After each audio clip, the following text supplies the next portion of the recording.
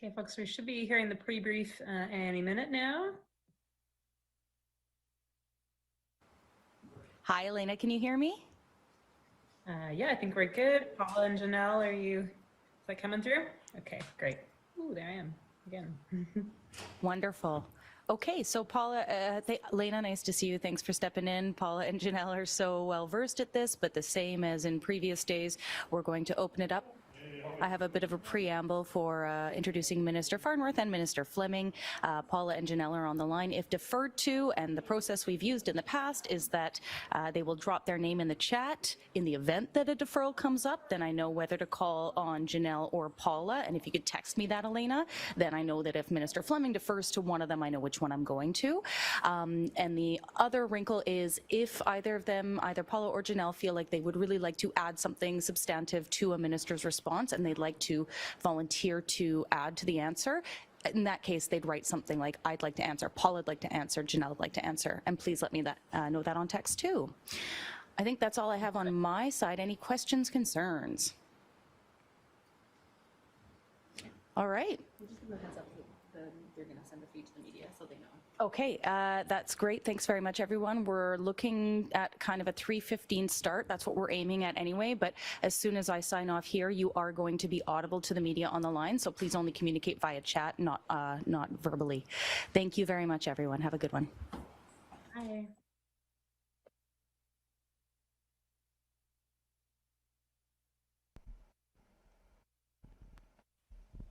Hello, operator. This is the Press Theater. Are you still on the line? Standing by. Okay, our testing is done, so we're ready to get started. Join the rooms. We'll put on our hold music, and the media can begin queuing up right away. All right.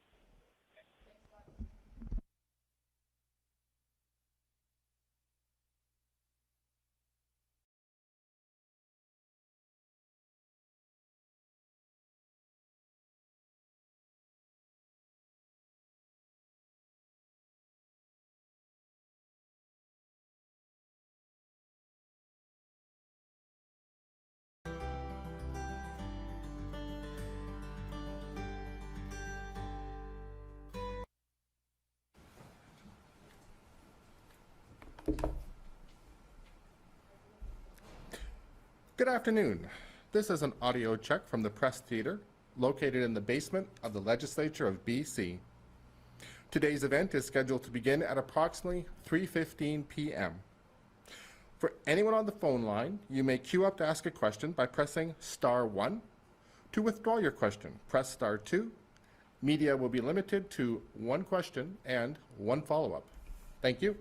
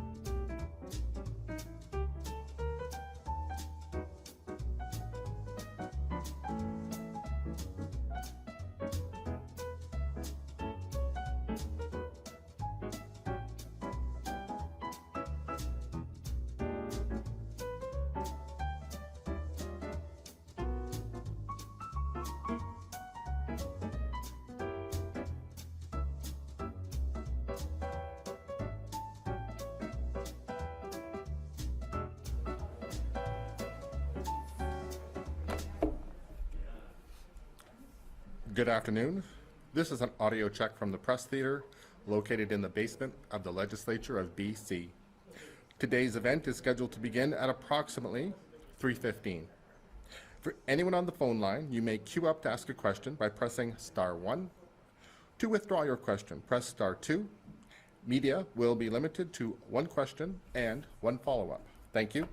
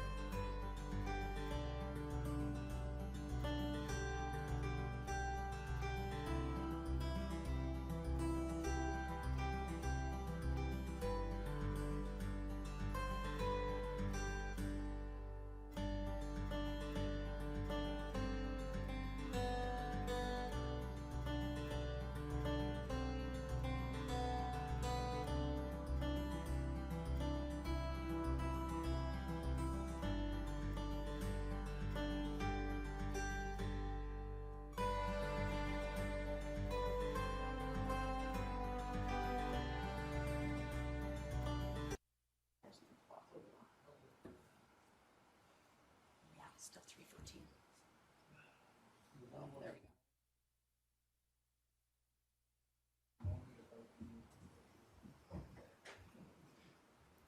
Good afternoon, everyone, and welcome to today's operational information update on the flooding and landslide situation in BC.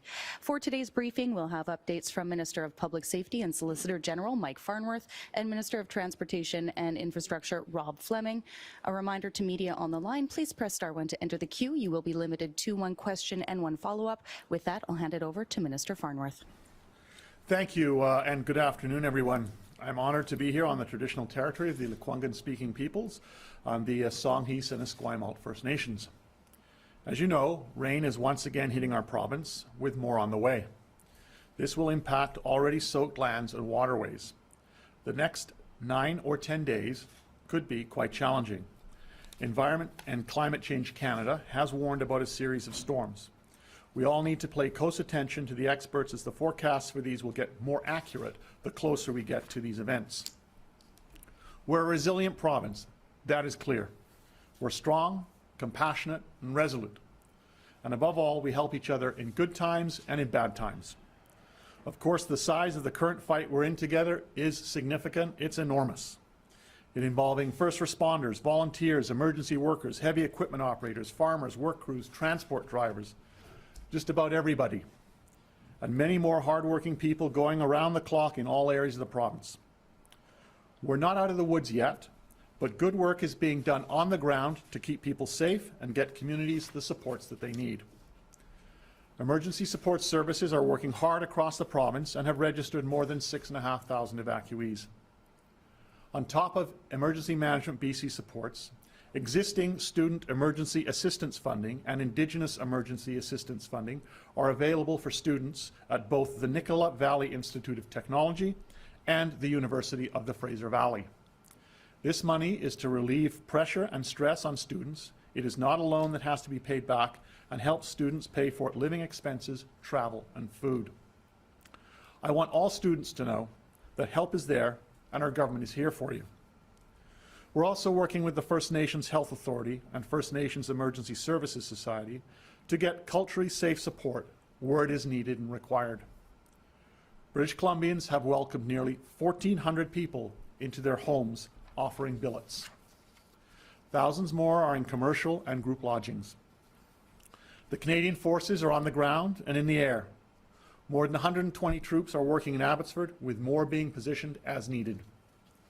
And they're laboring shoulder to shoulder with work crews to repair destroyed infrastructure and help keep us safe from future storms. More than 4 million sandbags are ready to be deployed, with nearly 200,000 deployed so far, 45,000 at the Barrowtown pump alone. Through tireless effort, rail service is gradually being repaired, with CP reporting that shipments will be resuming today and CN working on the same for tomorrow. And I'm so glad to see so many of the people of Merritt start to make their way home in a 3-phased approach, with the first phase seeing 1,500 people returning today. This is encouraging news.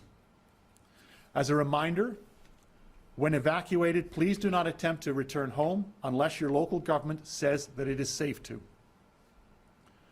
We've been tested by disaster after disaster in recent years. Each time we have risen to the challenge by working together, by helping each other. One way that people can provide help in a very real way is by donating what they can to support flooding relief efforts. Trusted organizations like the United Way, food banks, the Canadian Red Cross, BC liquor stores are all accepting donations. A coalition of BC businesses has already donated about $1 million to the Red Cross's British Columbia Floods and Extreme Weather Appeal Fund. You can join them and many other British Columbians by donating what you can. The province is also stepping up. We are partnering with the Canadian Red Cross to provide financial assistance for thousands of people. Funds will be provided by the Red Cross to people whose primary residences have been placed on evacuation order due to flooding. Eligible households will receive $2,000. To access these funds, evacuated British Columbians need to register with the Red Cross by calling 1-800-863-6582. We will be issuing a release with these details, and details are also available on the Canadian Red Cross website. There are other ways you can help as well. You can help by keeping the roads clear and avoiding unnecessary travel through hard-hit areas, by conserving fuel, carpooling, and taking public transit whenever possible, by checking on a neighbor to see if you can save them a trip to the grocery store. It's also important to follow non-essential travel restrictions. Today, we're issuing an additional order to limit travel on Highway 7 from Merritt to Agassiz. This will have similar restrictions to the previously announced orders for our highways. Minister Fleming will have more information on that in a moment. Day after day, I'm feeling incredibly proud of the generosity and the strength of the people of our province. We know that working together is the only way to get through this disaster. That is the only way forward, no matter what comes our way next. There's a lot of hard work ahead, but I have no doubt that we will rebuild stronger than before. With that, I'll now turn it over to Minister Fleming. Thank you.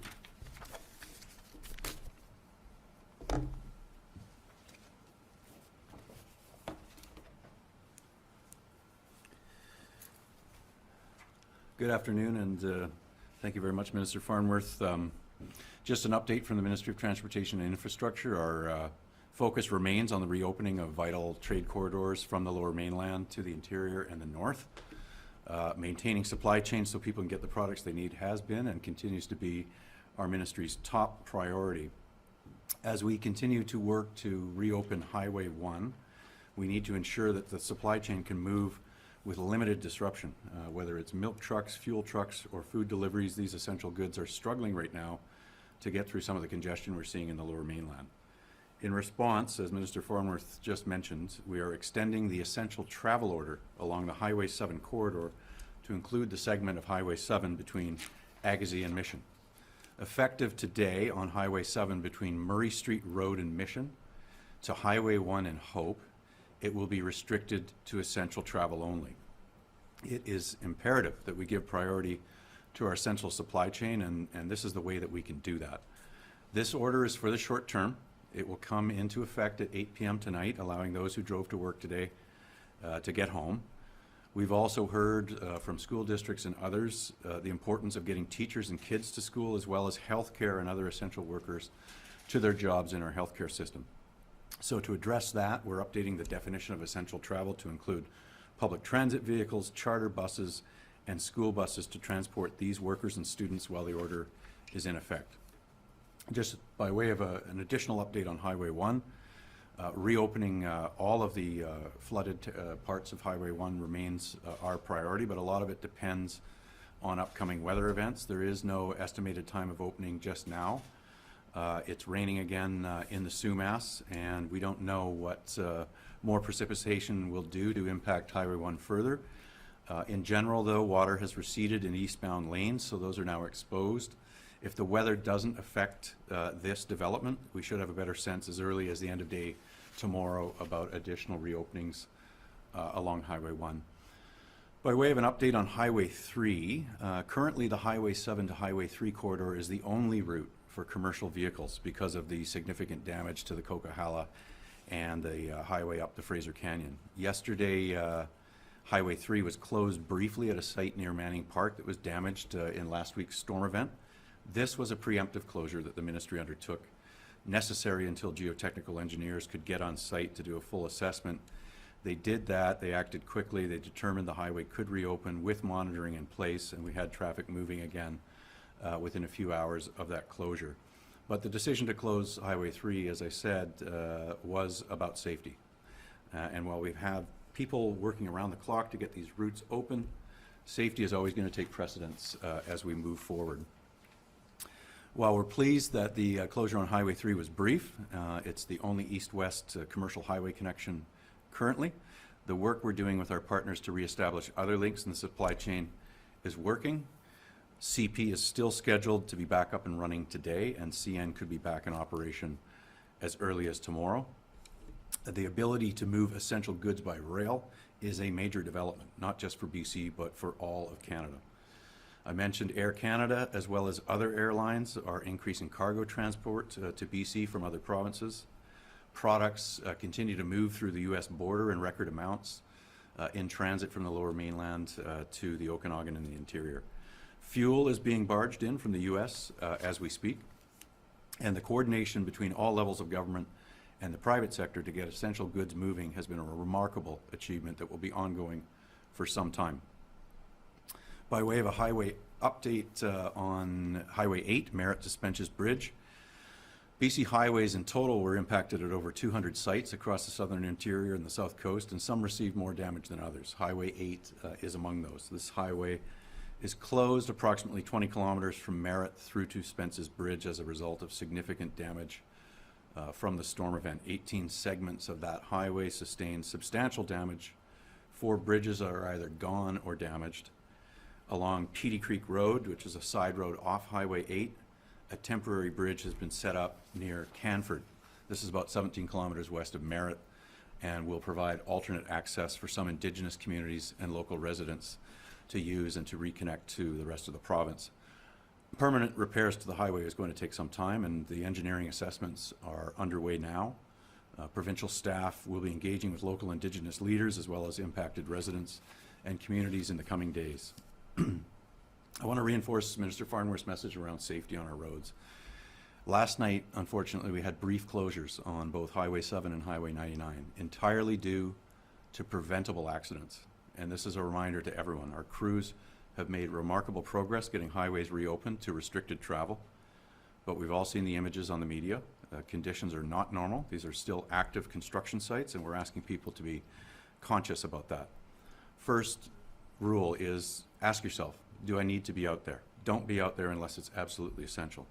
If you are driving, slow down and follow the direction of traffic control personnel and be patient. It will be slow as you make your commute. If you're heading out of the Lower Mainland, be prepared for winter conditions. Before reopening any of our engineers as well, our engineers continue to fly and drive the highway before they give clearance to open it to the public. We'll continue to monitor all highways across the province to ensure that they remain safe. With more storms in the forecast, I want to reassure the public that we are ready. We have extra crews and equipment ready to be mobilized. Our staff and maintenance contractors will be out monitoring conditions, and if necessary for safety reasons, we may have to preemptively close highways. We hope not to, but that will be decided as we monitor weather events that could be pending on our province. In closing, our government was very pleased to hear in the throne speech today from the federal government that it announced it will develop Canada's first ever national adaptation strategy. This is a priority the province of BC shares, and in fact, a priority where work is well underway here in our province. In the immediate term, though, we're making very good progress in getting repairs completed where we can and highways back open. And this is only happening because thousands of people are pulling together and mobilizing together. Companies big and small have reached out asking how they can help. They've made their people and their equipment available. We have about 250 pieces of heavy equipment at work at impacted sites across BC right now. And this is an amazing and humbling development to see the outpouring of goodwill and the willingness to rebuild our province. And to everyone who's been a part of these efforts, on behalf of the province of BC, I want to thank you. Thank you very much. A reminder to media on the line, please press *1 to enter the queue. You will be limited to 1 question and 1 follow-up. Our first question goes to Richard Zussman, Global News. Minister Farnworth, considering you opened the briefing today, warning people about what we're going to see over the next 9 to 10 days, would you describe it as the province learning its lesson from what happened last week in terms of trying to better prepare people for the upcoming storm? I'd say it's the province recognizing that we have been through a significant weather event, and what we're trying to do is to make sure that there is all the information necessary for the communities on the ground with the saturated soils that we have seen, being in close communication with Environment Canada to get a full understanding of the nature of the weather events that we'll be facing, and as the picture becomes clear, we'll be able to provide a more accurate update for the people on the ground. Do you have a follow-up, Richard? What is the best way for the people on the ground to understand what may be coming? Do you suggest a lot of people are going through a lot of things here. They don't always have time to tune into these briefings. Like, how are people expected to get their information as they prepare themselves? Well, the critical part, obviously, is the advisories that are out there in terms of weather advisories, storm flow advisories that are going to those communities. And what we're concerned about right now is to ensure that the rain that we may be getting and what is its impact going to be on the crews and the people working in terms of ensuring our dikes are protected. At the same time, local governments then knowing that they are going to be able to respond very quickly and effectively, as will the province if that need arises. What we have seen, for example, in our briefings from Environment Canada, is that there are right now an atmospheric weather event or an atmospheric river that is looking to North Vancouver Island and the Central Coast. And so how that develops and how it moves further south as it weakens is something that we're watching for to get an idea of the kind of rain that we can be expecting, whether that rain will be spread out over a number of days, for example, or whether it is spread out over a shorter time period. All of those things play a different factor into the response that's going to be required. Next question, Jody Greenwald, Fraser Valley Current. Hi, yes, I was just hoping to get an update on the pipeline impacts and what repairs are currently underway, and what protections there are for pipelines against these types of storms that we saw last week. TMX is working around the clock with more than 200 people on the ground addressing the situation with the pipeline. They are confident at our latest updates that it will be getting to be able to function on the date that they anticipated. And so one of the things, obviously, is after an event like this, that inspection is crucial. And so at the same time that they're inspecting it, they can also make any improvements that are required in terms of protecting a pipeline. Jody, do you have a follow-up? Yes, so with the rail system expected back online, will there be significant backup of rail traffic? Can people see or expect to see more trains moving through their communities? The word we've had from the railways, and I can tell you that I have spoken with CP Rail, for example, is that once the railways are up operational, they will be operating 24/7. For our next question, we come to the room. We'll go to Mira Bain, CBC. Do I need to stand or? You don't need to stand, but please remove your mask. Okay, sure. So, Minister, the Mayor of Princeton is putting out an impassioned plea for more help for his community. He wants more money, more boots on the ground. What assurance can you give him that help is coming quickly before things start to freeze? Has the province asked the federal government for military help for Princeton? What I can tell you is that both my ministry have been in regular touch with the community of Princeton, that the Minister of Municipal Affairs has been in touch with the Mayor of Princeton. We were on a call last week. The Mayor of Princeton asked some questions in terms of about getting additional traffic management. That was said would be taking place. I know that there have been requests around disaster financial assistance that he's concerned about. Again, on that, that's already the disaster financial assistance. This is a disaster. It's already been approved. So in terms of the repair of civic infrastructure, the repair of roads and bridges, that cost is going to be covered. And so that is being communicated to the mayor. At the same time, in terms of requests for additional resources, they're obviously being assessed, and what help is needed is being provided. And we've been working very closely with the administration in the city of Princeton to ensure that, just like other communities, they're going to be able to get back on their feet. As we know, over the last couple of days, power or the natural gas supply has been restored to the community of Princeton. There were about, I think, 1,200, just over 1,200 homes that were without natural gas. I think at the last briefing I said just over almost 1,100, just over 1,100 have been restored. Mira, do you have a follow-up? Minister, you encourage British Columbians living close to the U.S. border to go and get gas and groceries if they could. Some followed that advice and some are now upset. They say they've been fined at the border because they didn't have a negative PCR test. Now, has the issue been dealt with?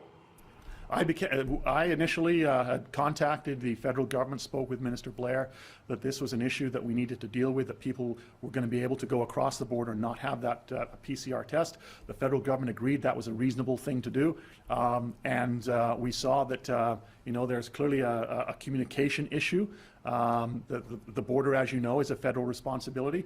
Again, contacted Minister Blair. He told me he is on it. Everything I've heard so far is that they have communicated that down to the CBSA, that that exemption is there for people to go across the border and to get essential services, in particular gas, and that also the message is that any tickets that have been issued will be revoked. For the next question, we go back to the phone lines. Mike Hager, Globe and Mail, please go ahead. Thanks for taking questions. Can you just explain how many people could be covered by this, I guess, stipend, and it's fully funded by the Red Cross? How was this grant developed? It's funded by the Red Cross with funds put in place as well by the province. So that's how it's done. It's similar to the situation that we had during the fires. And so it would be people who have been evacuated, just like during the fire season, and the eligibility requirements and how to do it will be accessed, can be accessed by the online website. Mike, do you have a follow-up? Yep. The Highway 8, Minister Fleming, you said was particularly hard hit. Wondering if you could give an update on the Coquihalla and just how many portions are totally obliterated, and whether you think the unique geography of that highway contributed to the destruction there. Yeah, thank you. So we'll do a substantive Highway 5 update, as I mentioned yesterday, in the coming days. We have a lot of engineers out looking at the infrastructure damage that's been sustained. We're working with our federal partners, road maintenance contractors, geotech staff have been flown into some of the sites. There are about 5 of them that are broken, that have been significantly degraded and damaged. So we'll have more to say once our engineering staff have had a look at what temporary repairs and long-term repair plans look like, and we'll be sharing that with the public. For the next question, we go to Ben Milger, CTV. Ben, please go ahead. Thank you. How are potentially saturated and unstable slopes near highways and other key pieces of infrastructure being monitored to predict where landslides may occur during the storms expected over the coming days? Yeah, so as I mentioned, we have contractors or highway maintenance people, RCMP patrol, that are monitoring our highways both from the air and on the ground. This is how we detected the tension cracks that were discovered on Highway 3 yesterday that led to the 3-hour shutdown. And that's what we needed to do, is to get engineers in there to look at that and look at what could be done in terms of a possible reopening. That was the determination that was made. So, we have known slide sites in this province. We have areas that we know where the amount of precipitation that was part of the rain event has accumulated and posed a risk, and where we have cleared away debris.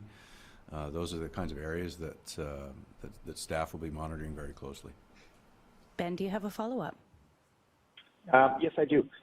In terms of preventing further flooding, what kind of plans are in place to work with Washington state officials to prevent or slow any further movement of water from the Nooksack River into the Sumas Prairie after these expected rain events? Thank you for that question. So we are in communication with Washington State about events that and situations developing there. At the same time, we've also ensured that there are, as I said in my remarks, sandbags in place in the Matsqui, Abbotsford, Sumas area to be able to deal with situations as they arise. The situation with the Nooksack is a complicated one. It's not one where, in terms of the long term, there is there's not a simple solution. As I said yesterday, I believe it's a problem that's going to have to be addressed by both British Columbia and Washington together on a regional basis, probably requiring the involvement of the our federal government and the U.S. federal government. But in terms of the immediacy of the Nooksack River, what we're hearing right now is that it is down. We are watching it closely, and we are in communications with Washington State. For our next question, we go to Peter Mitham, Country Life. Hello, Minister Farnworth. Just wanted to follow up on perhaps some of the questions today and also your answer yesterday that in terms of learning from past events, there may be the possibility of doing some relocation, and I know the writers for our publication have been sort of asking, are there going to be any impacts on farmers if you do consider any relocation or bans on construction in certain areas? Thanks, and that's a really good question, and I think it speaks to the longer-term approach in terms of disaster and emergency management, not just in the Southwest, but right across the province. And that is why that Sendai framework and the work that we're doing on the overhaul of the Emergency Program Act are so important, so that you're not just dealing with response, but you are dealing with prevention and mitigation, response and recovery. And so obviously, agriculture is a huge component in the Fraser Valley, and I think what I was really referring to are, is it an opportunity in terms of residential areas that may have been impacted, similar to what we saw in Grand Forks, for example. The immediacy thing right now is to get the recovery underway and build back better. So whether it's our dikes, our road networks, our transportation systems, all of those things. At the same time, recognizing that there may be areas where you say, you know what, the flooding risk here is so great, particularly in terms of residential. Is there an opportunity to perhaps relocate? I think that's more of a longer-term discussion. The immediacy right now, of course, is obviously to address the situation as it is, and to get things back to normal as quickly as possible. Peter, do you have a follow-up? Yeah, thanks. And for Minister Fleming, understand from some conversations this morning that Emergency Management BC could be consulted just regarding a lack of a smooth connection to Vancouver Island. Some transportation companies are not committing drivers to routes over to that area, and just curious if there was anything that could be done to improve flow of traffic to Vancouver Island and supplies to that area. Yeah, so we have unimpeded supply chains via BC Ferries, by a C-SPAN ferry activity for commercial vehicles. That's functioning on an emergency basis. We had a connection between the South Island when the Malahat Highway 1 was damaged and down and functioning at well below capacity, that connected Swartz Bay with Duke Point Ferry Terminal to distribute goods. We have a commercial truck driving workforce on the island that continues to serve island communities. Companies have been stepping up to make extra deliveries. We've had convoys of fuel trucks that are using the barge and Duke Point Terminal in Nanaimo for additional fuel distribution. So there have been some shortages. Gas stations have run out of fuel and they've been refilled, and that's the pattern that is happening on Vancouver Island. And as I mentioned earlier, on the fuel situation, we have barged fuel coming up from the United States. You had the update on TMX and when Parkland Refinery will be back in production. So we're managing that. The fuel restrictions that are in place in the Lower Mainland are the same that are in place on Vancouver Island, the Gulf Islands, and the Sunshine Coast. And we'll be advising on a daily basis when we think those restrictions might be able to be lifted. The order is until December 1st. It remains until December 1st at this time. That's all the questions we have for today. That concludes today's event.